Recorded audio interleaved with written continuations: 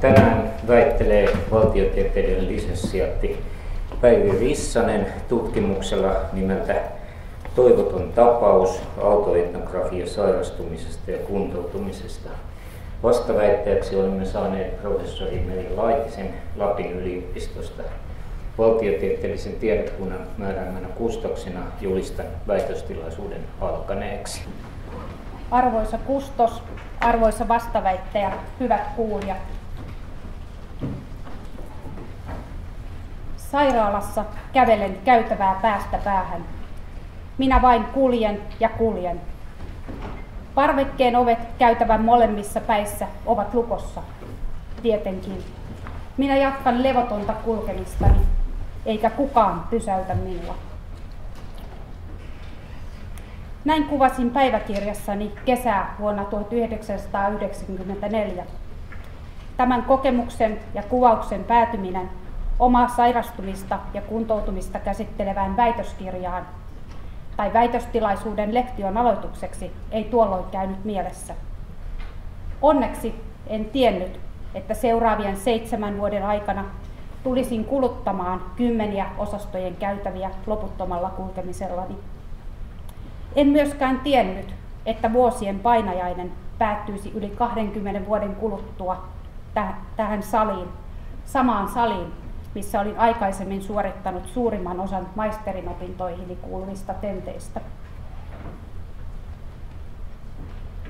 Keväällä 1994, yli 20 vuotta sitten, suunnitelmiini ei kuulunut psyykkinen sairastuminen, ei ura pitkäaikaispotilaana, eikä varsinkaan toivottomana tapauksena. Olinhan juuri valmistunut ammattiauttajaksi, sosiaalityöntekijäksi, jonka tehtävänä on auttaa muita. Toisin kävi. Ura aikuissosiaalityössä katkesi täydelliseen romahdukseen. Se vaihtui kriisihoitoon mielenterveystoimistossa, urasuunnitelmiin TE-toimistossa, hoitoon terveyskeskuksen vuodeosastolla, myöhemmin lukemattomiin avohoitojaksoihin ja hoitoihin psykiatrisilla osastoilla. Tulevaisuuteni katkesi sairastumiseen. Se jätti elämääni tyhjön ja tyhjyyden. Mutta kuten kirjoitin päiväkirjaani, en huomannut, mitä kaikkea jäi jäljelle.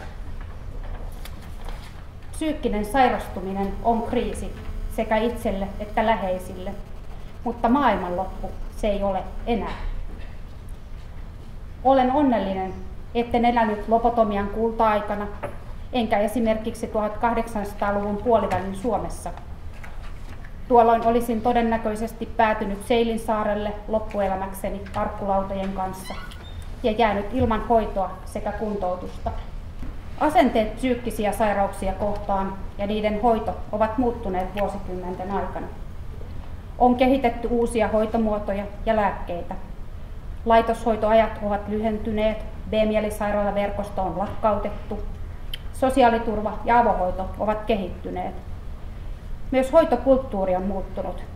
Tänä päivänä puhutaan asiakkaan asemasta, toimijuudesta, osallistumisesta, osallisuudesta, asiakaslähtöisestä ja keskeisestä työstä, aktivoimisesta sekä asiakkaan subjektiudesta. Potilailta kysytään yhä useammin hoitolinjauksista ja pakon käyttämisen varalle voidaan laatia psykiatrinen hoitotahto. Minäkin harjoittelin arjen taitoja, kävin kehonhahmotusryhmässä, sain neurokognitiivista kuntoutusta ja psykoedukatiivista ohjausta. Opettelin tunnistamaan sairauden pahenemista ennakoivia merkkejä, erottamaan ne lääkkeiden sivuvaikutuksista ja pysyvistä pitkäaikaisoireista. Retkeilin, matkailin, mökkeilin, lenkkeilin, askartelin, piirsin, maalasin ja leivoin. Minua tutkittiin, kuvattiin, testattiin, diagnosoitiin, lääkittiin ja terapoitiin. Kävin fysioterapiassa ja fysioakustisessa hoidossa. Minusta otettiin verinäytteitä, laadittiin lääkärin lausuntoja, lääkekorvausta, sairauslomia, kuntoutustukea, psykoterapiaa, eläkettä ja eläkkeensaajan hoitotukea varten. Minulle laadittiin hoitosuunnitelmia ja niitä tarkastettiin. Koottiin verkostoa, kokoustettiin. Minut otettiin pakkohoitoon, suljettiin eristyshuoneeseen, sidottiin lepositeisiin. Minua vierihoidettiin, uhkailtiin, patisteltiin, rohkaistiin ja rauhoiteltiin. Toisaalta minun kanssani keskusteltiin, minua kuunneltiin, minut kohdattiin aidosti. Minua yritettiin ymmärtää, tarjottiin turvaa, hoivaa ja huolenpitoa.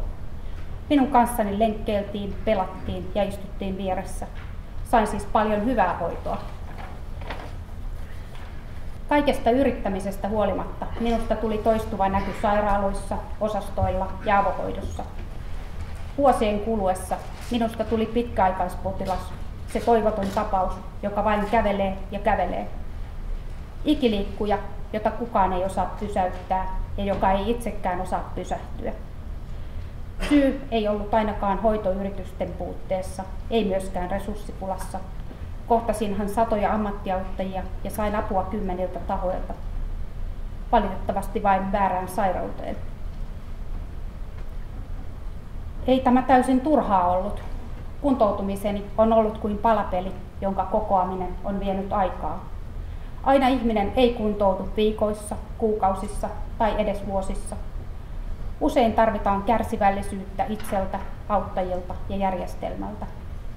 Eikä se, mikä ihmisen sisälle rakentuu, ole juuri sillä hetkellä näkyvissä. Kohtaamisen hedelmät voivat näkyä myöhemmin, vasta vuosien tai vuosikymmenten kuluttua. Tänään tarkastettava väitöstutkimukseni tuo uudenlaisen näkökulman edelleenkin usein häpeälliseksi koettuun ja leimaavaan asiaan, psyykkiseen sairastumiseen. Oleellista on se, ettei tämä tutkimustarina kerro sairastamisesta ulkokohtaisesti, vaan kerron sen itseni kautta. Se on sairauden keskeyttämän elämäntarinan tilalle tullut uusi tarina, hyvin henkilökohtainen ja arka prosessi. Ennen omaa sairastumistani olin itsekin ennakkoluuloinen. Kieltäydyin hakemasta apua vaikeuksiini, enkä halunnut psykiatriselle osastolle, koska en mielestäni ollut hullu, vain väsynyt. Psykiatriseen sairaalaan joutuminen oli kriisi. Se konkretisoi pelkoni ja ennakkoluuloni hulluksi tulemisesta. Ikään kuin sairaala olisi konkreettinen portti tai raja terveyden ja hulluuden välillä. Tai olisi olemassa 2 erilaista ja erillistä maailmaa. Tai sairaalan ovi erottaisi Susan Sontagin nimeävät terveyden ja sairauden valtakunnat. Sairaalassa viettämieni vuosien aikana uskomukseni osoittautuvat osittain tosiksi, mutta suurelta osin vääriksi. Sairaalahoito, tai oikeastaan osastohoitojen arkipäiväistyminen, teki minusta potilaan. Ja vuosien aikana koin laitostumisen ja elin pyöröovi-ilmiön todeksi. Toisaalta sain siellä tarvitsemani turvan ja hoivan. Sairaala osoittautui ristiriitaiseksi paikaksi. Kirjoitinkin päiväkirjaani. Haluan täältä pois heti, enkä kuitenkaan vielä.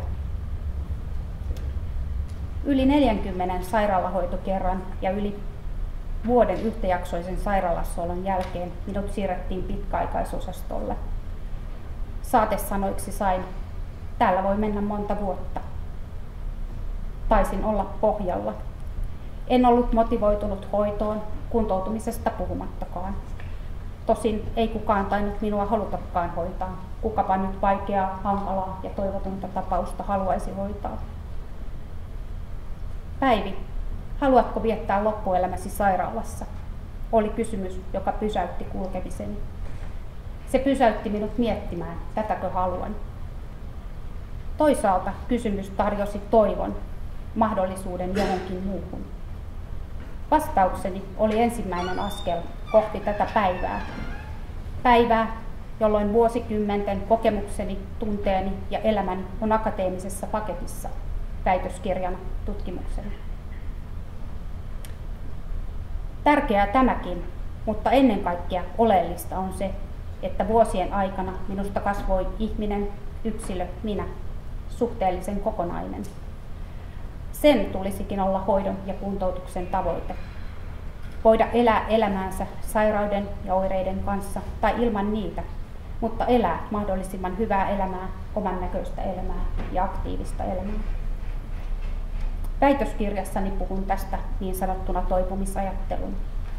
Siinä on keskeistä potilaan kokemus, ja hänen oikeutensa päättää omista asioistaan. Hoidon tavoitteena on mielekäs elämä ja kuntoutuminen nähdään prosessina, joka rakentuu yksilön voimavarojen ja vahvuuksien varaan. Ei keskitytä heikkouksiin eikä puutteisiin, kuten diagnoosipohjaisessa ajattelussa. Toinen sairastumiseen kiinteästi kuuluva asia on nimittäin diagnoosi. Myös diagnoosit tekivät minusta potilaan, mutta niilläkin oli positiivinen puolensa. Ne antoivat oikeuden olla sairas. Kun väsymyksestäni tuli sairaus, minun ei tarvinnut potea syyllisyyttä sairauslomalla olemisesta, töiden laiminlyömisestä eikä laiskuudesta. Diagnoosit ovat merkityksellisiä sekä hyvässä että pahassa. Jotain niiden voimasta kertoo se, että lopulta oikean diagnoosin saatuani tunsin, että minua ymmärretään virallisestikin ja minusta tuli osittain joku muu kuin ennen. Osaston seinät, hoitoyritykset, lääkkeet ja diagnoosit eivät kuntouttaneet minua. Niitä tärkeämpiä olivat kohtaamiset, vuorovaikutus, asiakassuhteet, vertaistuki ja mielekäs tekeminen. Eilen minä petyin. Sinä et jaksanutkaan kohdata minua. Sinä et jaksanut ottaa vastaan kipuani, tunteitani. Sinä et jaksanut olla läsnä, vaan minä jäin yksin, niin kuin monta kertaa aikaisemminkin. Sitä minä eilen itkin. Näin kirjoitin päiväkirjaani kohtaamattomuuden jälkeen. Kysymys ei todellakaan ollut välinpitämättömästä, kylmästä eikä tunteettomasta ammattiauttajasta, päinvastoin. Ehkä hän oli vain sillä hetkellä väsynyt tai oman elämänsä kanssa solmussa. Sairastuminen oli kriisi, jossa elämältä tuntui putoavan pohja, mutta ei kuntoutuminenkaan helppoa ollut. Myös se muutti elämää ja toi siihen uusia asioita. Kuntoutumisprosessiini liittyi tulevaisuuden ja toivon sekä pelon ja epätoivon välinen jännite, ja psykoterapialla oli suuri rooli sen ratkaisemisessa. Olen väsynyt ja ahdistunut, väsynyt taistelemaan, muuttumaan, etsimään uutta ja jättämään vanhan. Miksen voisi vain olla? Miksi minun pitäisi muuttua, kasvaa ja luopua? Toisaalta, miksen lähtisi lentoon niin kuin kotka, jolloin voi tuntea tyhjyyden allansa ja kokea sen henkeä salpaavan hetken, jolloin jalat ovat irti entisestä, mutta siivet eivät vielä kanna. Ajoittain pelkään, että jospa olenkin vain pikkulintu kotkanpesässä, eivätkä siipeni kestäkään. Terapeutille kirjoitin: kiitos, kun autoit minua luottamaan siihen, etten rakenna pesää sen korkeampaan puuhun tai sen korkeammalle vuorelle, mihin jaksan lentää. Välillä olen katunut sitä, mihin se pesä tuli rakennettua. Mutta joka tapauksessa niin kuntoutuminen, tämän tutkimuksen tekeminen kuin elämäkin ovat ylös ja alas meneviä polkuja. Ei ole suoraa siloiteltua tietä. Oli sitten niin sanotusti terve tai sairas, ammattilainen tai potilas. Mäet vain ovat erilaisia. Toinen keskeinen kuntoutumisen elementti oli vertaistuki. Siinä oli tärkeä kokemus ymmärtämisestä ja ymmärretyksi tulemisesta.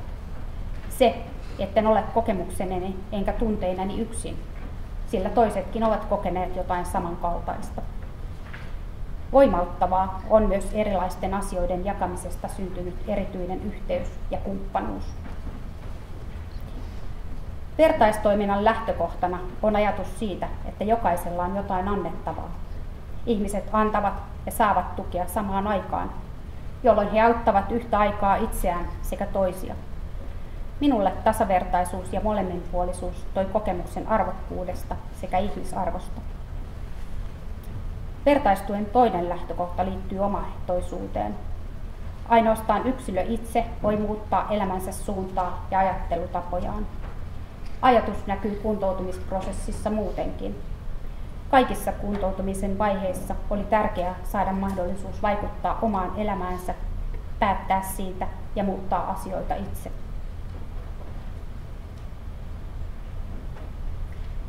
Hoitokulttuurin muuttumisesta kertoo myös se, että nykyisin kokemusasiantuntijoita, eli ihmisiä, joilla on omakohtainen kokemus psyykkisestä sairastumisesta, kuntoutumisesta, hoidossa olemisesta, asiakkuudesta tai läheisenä olemisesta, kuunnellaan yhä enemmän.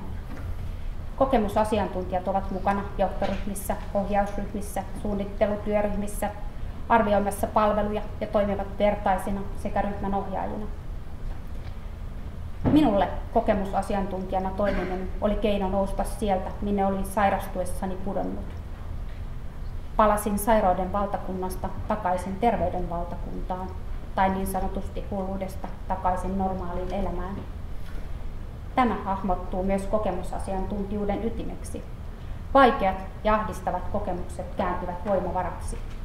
Nyt tutkimusaineistoksi, jonka avulla voin tuottaa uutta tietoa psyykkisestä sairastumisesta ja kuntoutumisesta, identiteetin muuttumisen prosessista ja kenties vaikuttaa asenteisiin sekä ennakkoluuloihin. Kuntoutumisessani on erityistä oikeastaan vain se, että olen tutkinut sitä. Tärkeää oli, että valtiotieteellisessä tiedekunnassa hyväksyttiin autoetnografinen ote, omien kokemusten tutkiminen. Sain tukea ja ohjausta. Näin on kuntoutumisessakin. Kaikkeen kuntoutuja ei voi itse vaikuttaa. Joskus kaikki on kiinni onnesta, siitä, että sattuu oikeaan paikkaan, oikeaan aikaan ja oikean ihmisen luo. Valitettavasti ja joskus myös onneksi. Ihmisten tarinoiden tutkiminen tieteellisesti ei ole uutta.